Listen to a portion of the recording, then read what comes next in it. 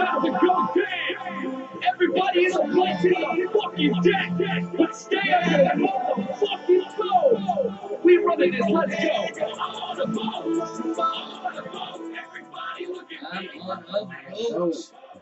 So, hello everybody. Welcome to the 13th, Friday the 13th. Ooh, that's an unlucky number. Yeah, it's a freaky show. ManCave Radio. I'm Gus. Scott, how you doing today? I am excellent. Yeah? Today, yeah. How are you? I'm fucking great! I knew you were going that way, but I had to let you have the glory on that. I thought you were going to do it. No, I couldn't steal your thunder. Okay.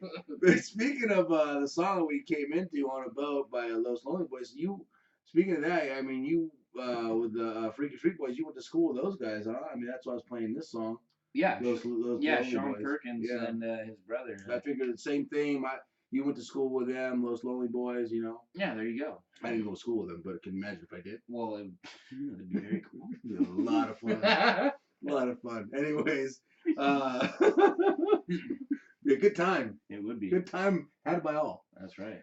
So it was a good week. A lot of good stuff. I mean, not for Raider fans, but for the Niners, Blaine Gabbert, baby. Scott called it. That was a good call. I did call it. Yeah, you did call it. I think that's what won me the bet. I thought maybe that you were smoking a little bit too much of that Chiba. Hey, some of that laughing grass. Never do any harm, you know. Yeah, some of that Laffy Taffy.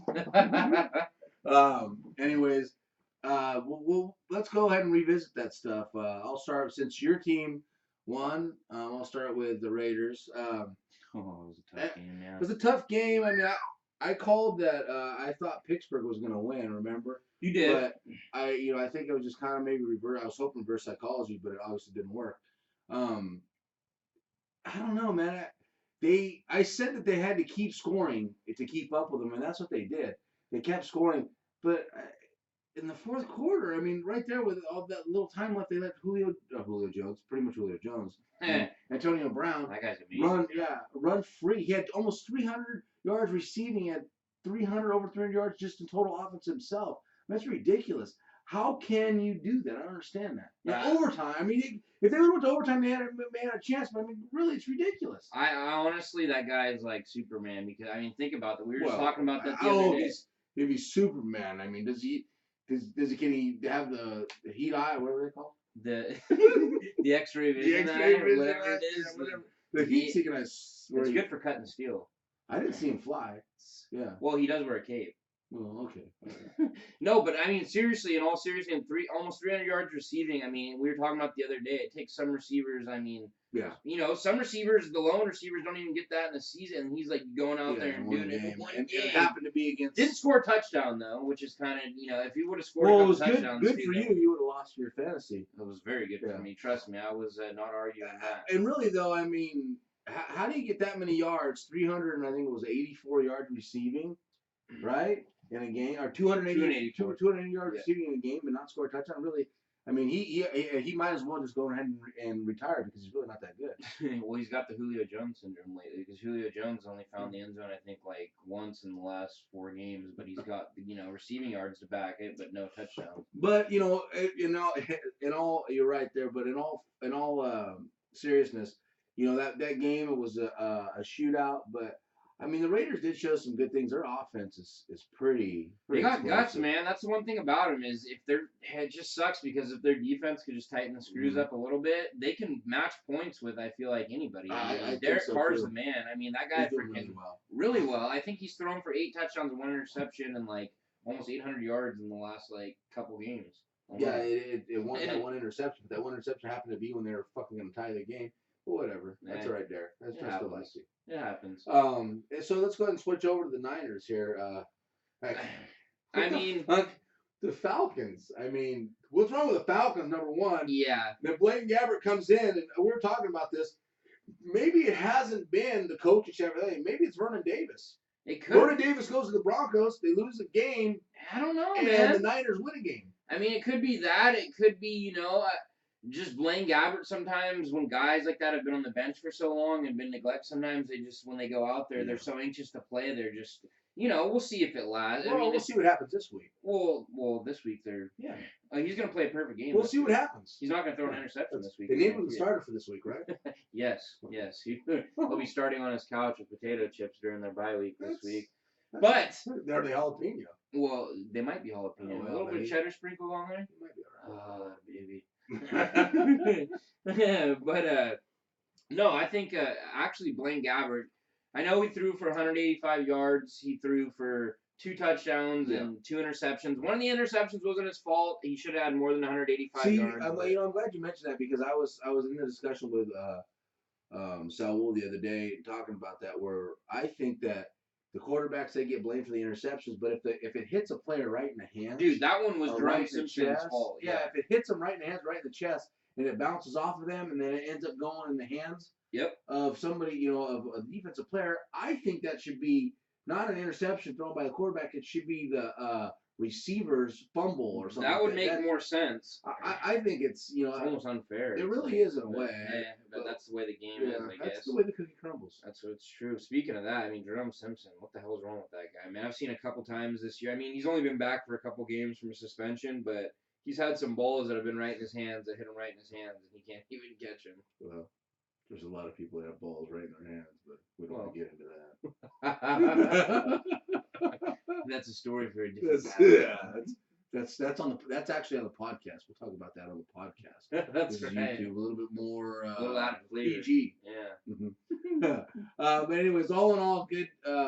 Even though the Raiders lost, I don't know. I'm pissed about it. Whatever. That was still a good game, though. You gotta love that they're at least competitive. It pissed me off.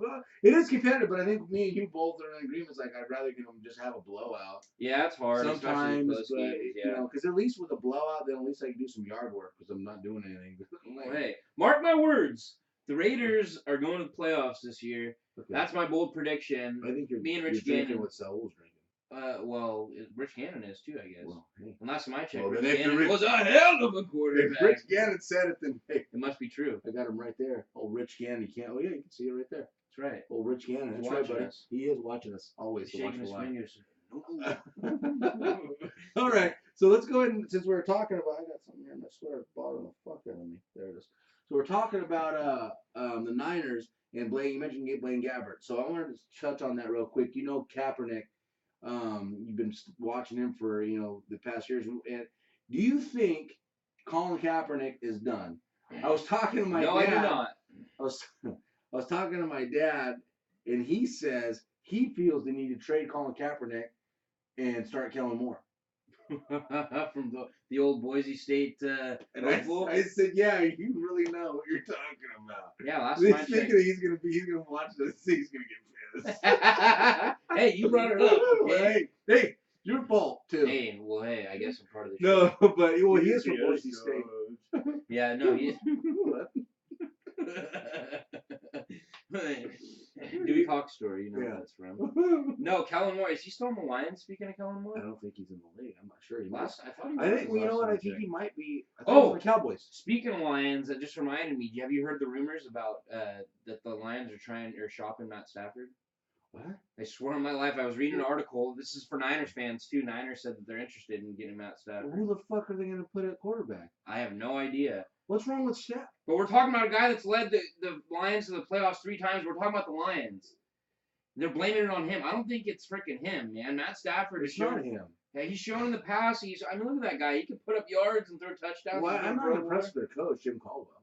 Yeah, and so I never have been impressed with Jim Caldwell. No, I'm not either. But the fact that they're rumoring that and they're shopping that, it doesn't make any sense. I mean, well, I don't get that either. He's kind of having an off year this year, but fucking that happens. It happens to everybody. I didn't hear that. He's like I said, he's led the Lions to the playoffs 3 times, and it's the Lions. I mean, come on, the guy's freaking. He's good enough to lead your team to the playoffs. If the Niners were lucky enough to get him, I'd freaking dive on that. Are you kidding me? I'd be freaking. Yeah, he does throw some interceptions. He does make, but you know what? So does like Jay Cutler. Yeah, but I'd love to have Jay Cutler too as well on my team. Obviously, I won't take him over Carr now, but if Carr wasn't there, he'd be. Well, at least the guy is the type of guy that's not afraid to throw it down the field. Well, that's you have to have. Plays. Yeah, you have to have that. Yeah, and that's something San Francisco has been missing for a long time. Wow, I can't believe that. Yeah, that just reminded me. So do you think? Let's get back on this Kaepernick thing. Do you think he's done with San Francisco? It's tough to say. I've read articles that have said that, the Niners aren't giving up hope on Kaepernick. But at the same time, like I was telling you, and like, I was talking to my brother the other day, it's kind of hard, I feel like, once you bench your starting quarterback, in his mind, I mean, yeah, he might look okay on the sidelines and that everything's good, but psychologically, he knows that, basically the ownership and everybody was just like, yeah, like, you're not getting it done, and kind of gave up on him. So I don't know how he gets his confidence back from that. You know what I mean? Once he goes, maybe he does. Maybe he just needed a breath to freaking step back and kind of look at the game and, recapture that love that maybe he started with and say, hey, get that hunger to go back out there and play. But he's not done as a player. I know that. Like, he's got the talent. He just got to put it all together, and I don't know what that is or if it was Harbaugh that was bringing the best out in him. But right now, I mean, obviously, you see he's not. Blaine Gabbert went in there with the same offensive line and was able to get it done. I know, but I think, I don't know. So, okay, real quick, I just want to ask you, since, put your GM hat on. I'm going to give you a hat, GM. There you go. Put it on. So, you're the GM of the Niners. Right. What would you do? What with would Colin you Kaepernick? with Colin Kaepernick? Dude, I mean, first of all, it's hard just in the sense that, I mean, I already know I'm paying him a bunch of money. Yeah. I just signed him to a contract. But in that contract, there's clauses that say I can get rid of him at any time and not pay him a dime. There's the Santa Claus. You know, the Claus. I do know. Put on the suit. He's a big guy. I do know. Okay, making sure. So anyway, no, I mean, I honestly, I don't know, man. It's hard. It's a hard case of Colin Kaepernick because obviously we've seen in the past what he's able to do. I don't think you can get much for him right now. I don't think they're gonna shop him this year. Well, they're not shopping him, but I have heard that, and I've read articles that several teams are interested. Like if they were ever to, and I bet you the Eagles is one of those teams. I actually, we were talking about that, and I agree with that 100%. I think that would be actually a good fit for him. He's that type of quarterback where that read option would go well for him. That fits him better. I don't think Bradford or Bradford. Bradford is the quarterback for them over there. Nope. I think Kaepernick would be actually a good fit, but we'll see. Do I think if I was a GM, obviously you can't get anything from him right now, but I would definitely try to get rid of him next year. I don't think you can put Kaepernick back in with the 49ers and he's going to be the same. You can't these guys are grown men and they're professionals. You can't take a guy out of a job like that and then put him back in and expect him to be good. Well, it's like I said. It's like, you've been the starting quarterback, and all of a sudden your organization's like, yeah, you're going to go sit on the bench for Blaine Gabbert. And no offense to Blaine Gabbert. I mean, obviously. No offense at all, yeah. You know what I mean? But, like, in his head, he's probably thinking, like, holy crap, like, it's gotten so bad that, like, Blaine Gabbert's coming in for me, and, like, that's how bad it's gotten. It's probably like, like looking back, he probably didn't hit them all at once, but he was probably sitting back like, holy crap. So I don't know. I mean, we'll see what happens. And there's just a bunch of freaking smoke and mirrors when it comes to the Niners. Like, I never know the truth that's coming out of there. Well, I think the organization's kind of, it's they need a change. I think it's not in the front. They really do. It's not as bad as obviously the Cowboys, that's a fucking horrible. You know why? Whatever. Jerry Jones. Yeah. I hate to say it, like, I mean, he was really good, but look what happened with the Raiders with Al Davis towards the end. Hey, just win, baby. Yeah. towards the end, he was making these bad decisions, and then he did die, and his son took over. Now look, they got a GM in place now. It looks like they're making the right turn. I think that maybe the Niners they're not as bad, but that's what's wrong with the Cowboys is Jerry Jones is horrible. Dude, I'm telling you right now as a Niners fan, the problem is, and I've heard even Stephen A. Smith and Skip Bayless say, I think that the problem, it's up at the top. I agree. With the Niners. I agree, it is. It really is. I mean, it's an ego trip. I think bulky. I mean, yeah, he's had maybe a select few draft picks in the recent drafts that have panned out to be decent players, but other than that, he hasn't really been good at drafting. I mean, he's missed on a lot of players too, like A.J. Jenkins and guys like that. First round draft, it's just like. Well, the draft is always a crapshoot. It is, but you could agree though that certain teams draft better than others. Oh, absolutely. You know what I mean? Patriots, they draft well every year. That's what I mean. So yeah, I mean, in the end, you're right. It does. It's hard. All right, so let's go ahead and talk about our lock of the week and our upset picks. Okay. So you have an idea who you got? Yeah, I think this week for me, I think it's an easy one for me. The lock of the week, I think I'm going to take the Packers over the Lions. Packers over the Lions. Yeah, that's going to be my lock. Okay. What were you thinking for your lock? My lock is going to be the Patriots over the Giants. Oh. If people say, "Oh well, yeah, it's the Patriots, of course." Well, what about Eli comes out? But no, but the Giants have beaten the Patriots the past 3 times they played them. Two of them in the Super Bowl. Past 3 times they played them, they beat them. That's a good point. It might be one of those matchups. So they're like the Patriots kryptonite. That's my lock of the week. It's regular season, but that's my lock of the week. They're gonna beat them. What about your upset? Giants over the Patriots. Are you serious? Yeah. Okay. All right, let's do it. 5. I owe you from last week too. Yeah. But okay, so double or nothing then for me. Right? Is that how it works? Because it's just a lot. We'll do whatever. Right, we'll figure it fucking out because I'm down to you like a lot. I think I'm down to you like $300. Nah, I think it's 500. Okay. This is last week. It's not gonna be that right now. No. I can't remember, like $10, $20, something like that. Anyway, whatever. All right, so we're betting on that one, obviously. Okay, so that's your upset? That is my upset.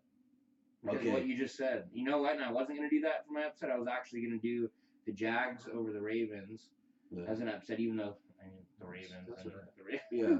But my upset's going to be the Bears over the Rams. Okay. I could see that. I mean, Rams are favored by 6.5. Rams are at home. The Bears, though, man, they're one of those teams. They sneak up on you. Freaking, you can never, count them out, man. Even if they're down. I'm going Bears over Rams. I like it. Bears over Rams. I like that. All right, so.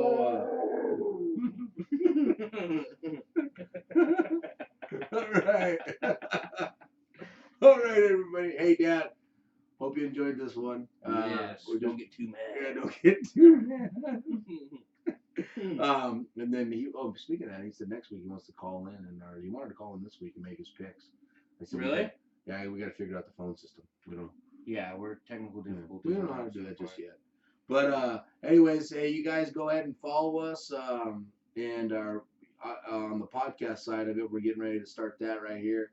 Get into depth. I think we're going to talk about Ronda Rousey a little bit, stuff like that. Yes, we are. And we do definitely appreciate all the viewership, and thanks a lot. All right. See you guys on have the a other good one. side. It's not even on. I'm trying to play the music. Give us a second.